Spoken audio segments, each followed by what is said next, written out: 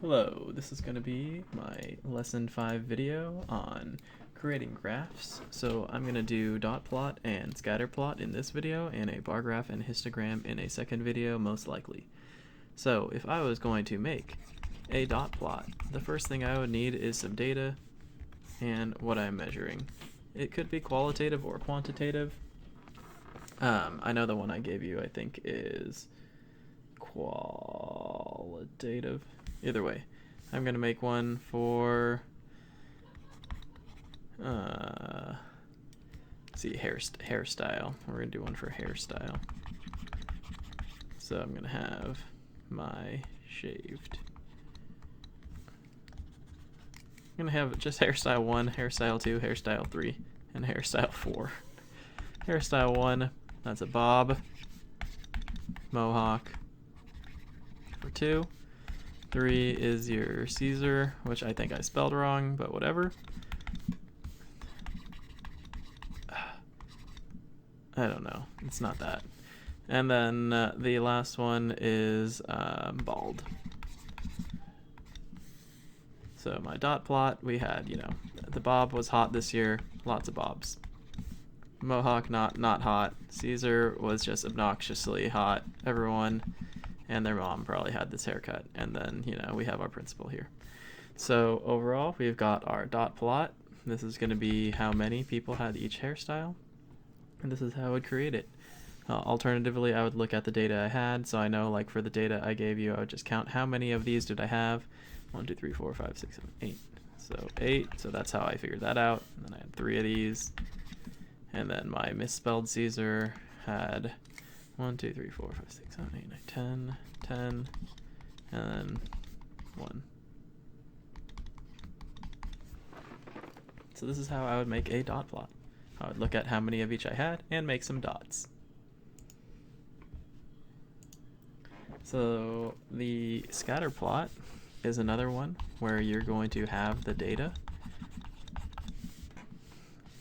But, oh, actually the one I asked you, you won't have the data, but I'll show you what it would look like if you did. So here is my scatter plot. Let's, so this is going to be like miles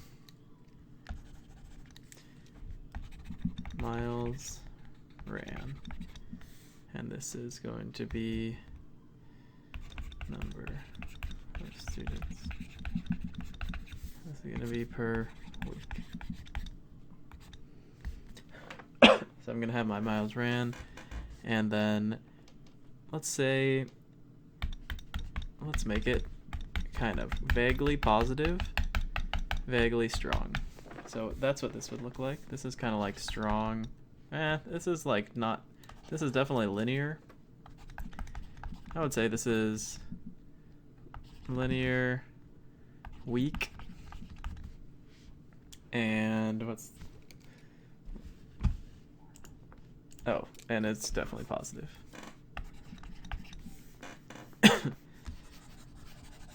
Then again, maybe we have less students running, more students running few miles, and then way more or just a few students running a lot of miles. Way more running like this many. So here I would say it's definitely linear, but now they're closer together. So this is definitely stronger.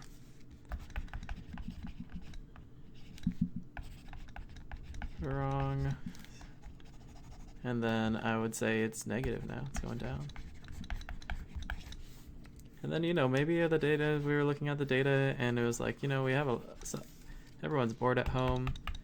Some of them aren't doing a lot, but we have these other kids that are bored at home that they just can't stay home, so they're just running everywhere. And then we've got kids in the middle that are just, they're doing stuff, or they're not doing as much. The more money, the middle amount of miles, not very many people are there. They're either running a lot, or they're running almost none, little, and then a few in the middle. This, it still makes a shape, so I would still say this is strong, but I would say it's not linear. And then it goes down and then upside, and it's not positive or negative. Not positive or negative. I don't know why I have that line in there. So that's kind of how I would make scatter plots. Ideally, you'd have some data, but for now, if you're making one like the lesson, you won't need data. You'll just have to show kind of what it looks like. And you can look online. I encourage you to Google what more scatter plots look like to make those.